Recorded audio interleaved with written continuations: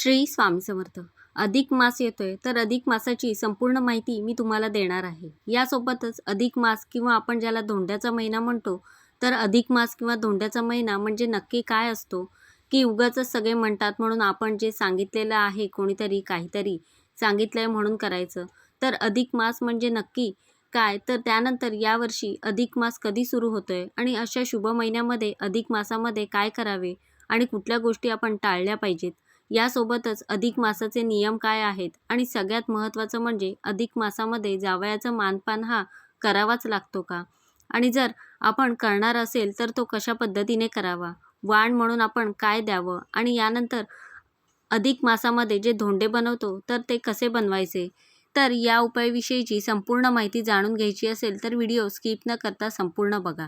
आणि चॅनलवर पहिल्यांदा आला असाल तर सबस्क्राईब करा आणि बेल आयकॉनला प्रेस करा, म्हणजे जेव्हाही मी नवीन व्हिडिओ अपलोड करेन त्याचं नोटिफिकेशन सगळ्यात आधी तुम्हाला मिळेल. आता सगळ्यात पहिले म्हणजे अधिक मास किंवा धोंड्याचा महिना म्हणजे काय? बघा, सर्वसामान्यपणे 3 वर्षानंतर अधिक मास येत असतो. म्हणजे काटेकोरपणे बरोबर आपण मोजले तर 33 महिन्यानंतर अधिक मास येत असतो. चैत्रापासून फाल्गुन महिन्यापर्यंत 12 महिने, बघा 355 दिवस येतात. आणि जर आपण इंग्लिश कॅलेंडर बघितलं म्हणजे जानेवारी ते डिसेंबरमध्ये 365 दिवस येत असतात. तर चैत्रापासून फाल्गुन महिन्यापर्यंत या मराठी 12 महिन्यांमध्ये 355 दिवस येतात. म्हणजे हा तो गॅप आहे. मराठी महिन्यांमध्ये 355 आणि इंग्लिश कॅलेंडरनुसार 365, तर हा तो 10 दिवसांचा गॅप असतो. तर हे 10, 10, 10 म्हणजे 3 वर्षानंतर 30 दिवस पूर्ण होतात. आणि म्हणून असे 30 दिवस पूर्ण झाल्यावर एक महिना अधिक घालून तो पुन्हा सारखे होतात. म्हणून या महिन्याला अधिक मास असं म्हणतात. म्हणजे आता तुम्हाला कळालं असेल की अधिक मास 3 वर्षानंतर काय येतो. दर वर्षाचे 10, 10, 10 असे जे 30 दिवस असतात, तर ते सारखे होण्यासाठी, परत सारखे येण्यासाठी, तर ते 30 दिवसांचा एक महिना अधिक मास म्हणून आपण 3 वर्षानंतर साजरा करतो. तर अधिक महिना हा मोठ्या पर्वासारखा तर असतो. त्यामुळे या महिन्यामध्ये शक्य तेवढे धार्मिक विधी, पूजापाठ जे आहेत ते आपल्याला जे पण काही मनामध्ये इच्छा असेल, हे व्रत करायचं आहे, ते व्रत करायचं आहे, ते तुम्ही या अधिक मासामध्ये करू शकता. यासोबतच या महिन्यामध्ये श्रीहरी विष्णूंची सेवा केली जाते आणि विष्णूंची सेवा करण्यासाठी हा महिना खूप शुभ मानला जातो. म्हणून या महिन्याला पुरुषोत्तम मास असं सुद्धा म्हणतात. अधिक मास, धोंड्याचा महिना किंवा पुरुषोत्तम मास असं आपण त्याला ओळखत असतो. आता बघा, चैत्र ते अश्विन महिन्यामध्ये अधिक मास येत असतो. मार्गशीर्ष, पौष आणि या महिन्यामध्ये अधिक मास येत नसतो. अधिक महिन्याला पुढच्या महिन्याचं नाव देतात. म्हणजे बघा, भाद्रपद महिना असेल तर श्रावण महिन्यानंतर अधिक भाद्रपद महिना येतो असं म्हटलं जातं. अधिक मास यावर्षी 17 मे रविवारपासून ते 15 जून सोमवारपर्यंत आहे. यावर्षी अधिक मास हा ज्येष्ठ महिन्यामध्ये आलेला आहे. तर म्हणून तुम्ही हा जो दुर्मिळ योग आहे हा न सोडता या काही गोष्टी मनामध्ये ठेवून आपण काही गोष्टी, उपाय, तपाय, सेवा जी आहे तर ती करायची आहे. आता सगळ्यात पहिले म्हणजे अधिक मासामध्ये आपल्याला काय करायचं आहे आणि काय करू नये, कुठल्या गोष्टींची आपल्याला काळजी घ्यायची आहे. अधिक मासात काय करावे? धरणे, पाळणे म्हणजे उपवास धरणे, उपवास सोडणे. जसं बघा, आपण श्रावण महिन्यामध्ये सोमवारी प्रत्येकजण श्रावणामध्ये 4 किंवा 5 सोमवारी, तर तेव्हा सोमवारी आपण उपवास किंवा शनिवारी असं उपवास धरतो आणि संध्याकाळी उपवास सोडतो. तर ते पूर्ण श्रावण महिना करतात. त्याचप्रमाणे अधिक मासामध्ये पूर्ण अधिक मासाचे जेवढे 30 दिवस असतात तेवढे 30 दिवस उपवास करतात. म्हणजे रोज सकाळी दिवसभर उपवास करायचा, संध्याकाळी उपवास सोडायचा. परत दुसऱ्या दिवशी उपवास धरायचा, संध्याकाळी उपवास सोडायचा. असं पूर्ण महिनाभर करतात. आणि या अधिक मासाच्या उपवासाला साबुदाणा जे आहे तर ते चालत नाही. मिठाचे सेवन केलेले चालत नाही. आता हे प्रत्येकाला वेगळं, कोणी काही नियमांचं किती पालन करतं त्याच्यावर ते अवलंबून असतं. फलाहार शक्यतो या अधिक मासाच्या उपवासासाठी घेतला जातो.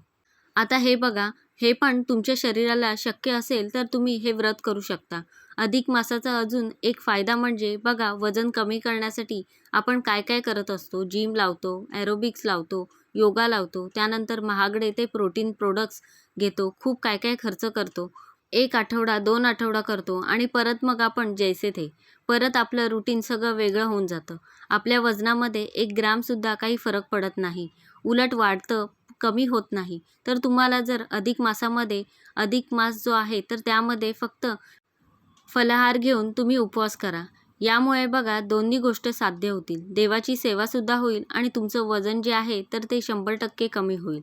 तर मला सांगायचं एवढंच आहे, की जर तुम्हाला वजनसुद्धा कमी करायचं असेल, तर हा अधिक मास अधिक महत्त्वाचा आहे. तर त्यामुळे त्याचा तुम्ही फायदा घ्या. आता अधिक मासामध्ये अजून काय केलं पाहिजे? अधिक महिना हा व्रतवैकल्य, उपवास, दान, पूजा, यज्ञ, हवन, ध्यानधारणा हे करण्यासाठी सगळ्यात उत्तम मानला जातो. या अधिक महिन्यामध्ये केलेले जे पण काही उपासना, नामस्मरण, जप आहे, तर ते यामुळे आपले जे पण काही आपल्याकडून कळत-नकळतपणे पापं झालेली आहेत, तर ते पापांचा नाश होतो आणि पुण्यप्राप्ती आपल्याला होते. तर या काळामध्ये तुम्ही दानसुद्धा करू शकता. दान केल्यामुळे एक रुपयाचं पुण्यफळ जे आहे, तर ते तुम्हाला 10 पटीने मिळत असतं. म्हणून या अधिक महिन्यामध्ये बघा दानालासुद्धा खूप महत्त्व आहे.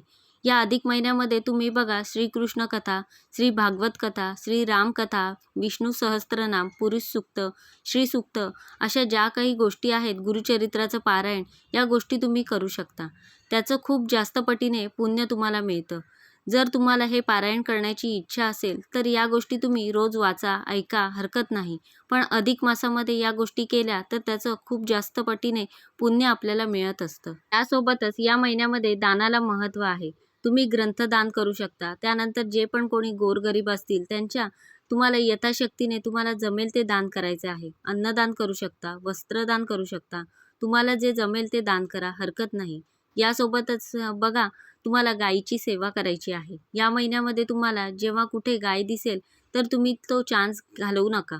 गाईला तुम्हाला काहीतरी खाऊ घालायचं आहे, काहीतरी चारायचं आहे. यानंतर गोपद्माची या महिन्यामध्ये पूजा केली जाते.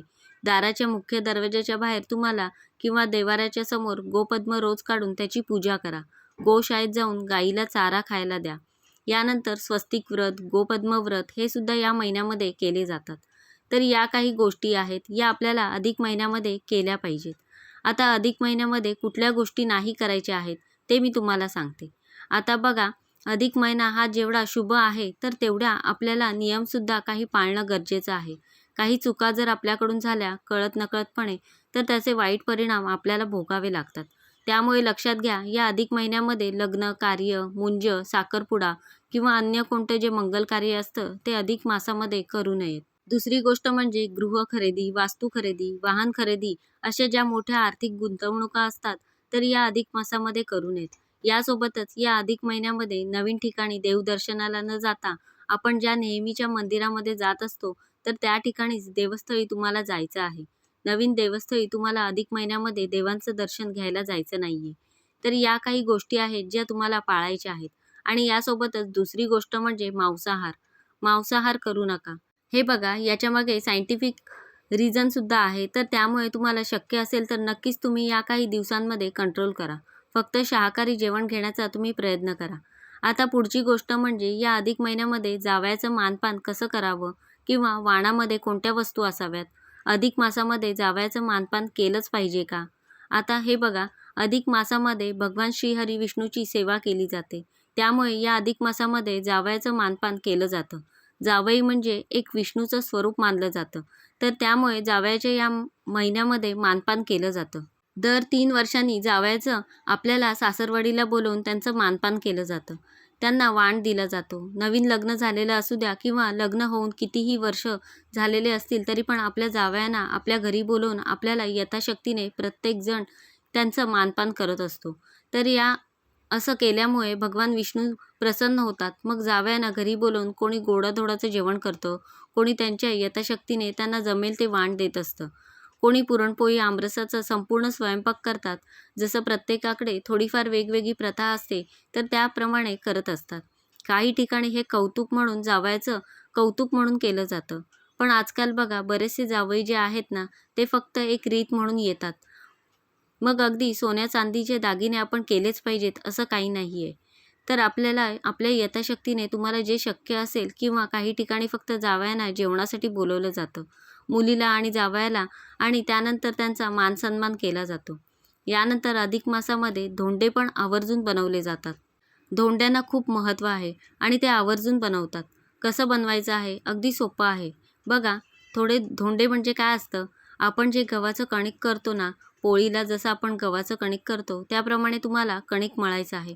त्यामध्ये छोटे गोळे करायचे आहेत. जसं आपण मोदक करतो, मोदकासारखे गोळे करायचे आहेत. तर त्याप्रमाणे वेगवेगळे पदार्थ टाकले जातात. म्हणजे आपण बघा त्यामध्ये पुरण टाकू शकतो, गूळ टाकू शकतो, साखर टाकू शकतो, मिठाचा खडा, मिरची किंवा लाल तिखट, ₹1 कॉईन, आणखी असे धणे किंवा वस्तू असे टाकून धोंडे जे आहेत ते बनवायचे असतात. असे गोल बनवायचे असतात. जसं आपण छोटे लाडू असतात ना, तर त्याप्रमाणे यामध्ये वेगवेगळ्या गोष्टी टाकून ते धोंडे जे आहेत तर ते तळायचे असतात.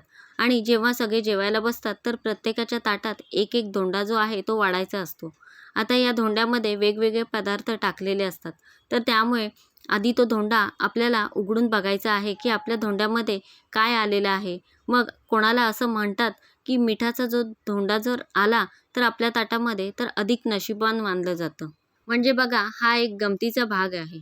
तुमच्याकडे मे बी वेगवेगळी पद्धत असू शकते. तर ती कमेंट करून मला नक्की सांगा.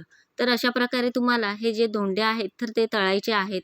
यालासुद्धा खूप महत्त्व आहे. घरामध्ये जेवढे लोक असतील तर तेवढे धोंडे तुम्ही तळू शकता आणि जेवण झाल्यानंतर मग जावयांना मानपान केला जातो.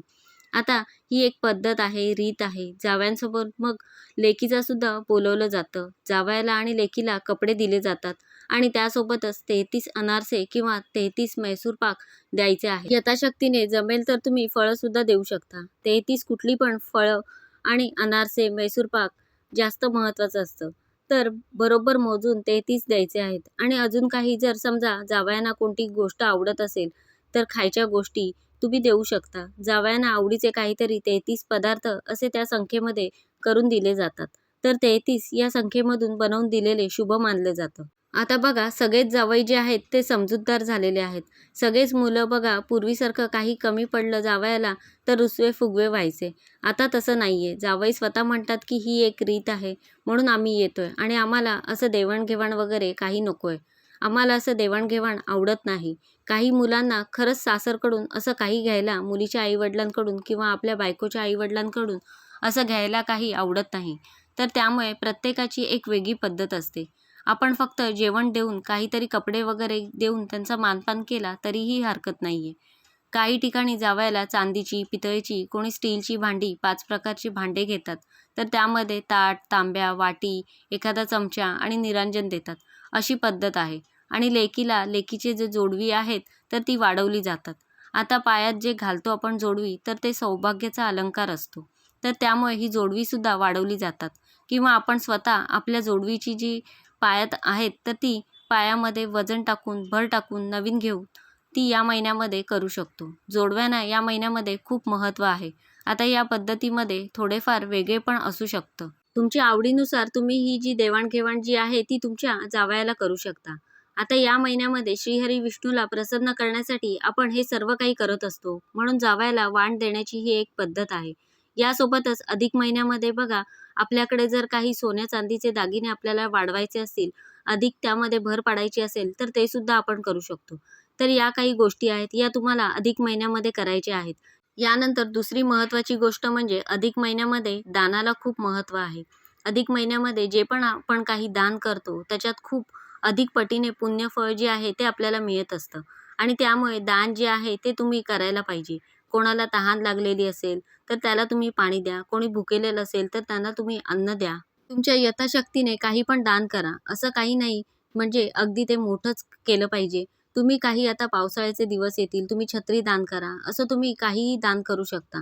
तर असं हा अधिक मास आहे. अधिक महिना असतो, धोंड्याचा महिना असतो. हा असा साजरा केला जातो. खरं पाहायला गेलं तर अधिक महिना हा खूप महत्त्वाचा आहे. खूप शुभ फळ देणारा आहे. त्यामुळे नक्की तुम्ही अशा या काही गोष्टी सांगितलेल्या आहेत त्या करून अधिक महिन्याचं पुण्यफळ नक्कीच तुम्ही मिळवू शकता. तर अशा प्रकारे मी तुम्हाला संपूर्ण माहिती देण्याचा प्रयत्न केला आहे. कसा वाटला तुम्हाला आजचा व्हिडिओ मला नक्की सांगा. आवडला असेल तर लाईक करा, जास्तीत जास्त लोकांपर्यंत शेअर करा आणि असे छान छान व्हिडिओ पाहण्यासाठी आजच आपल्या स्वामी माझे गुरु या चॅनलला सबस्क्राईब करा. धन्यवाद.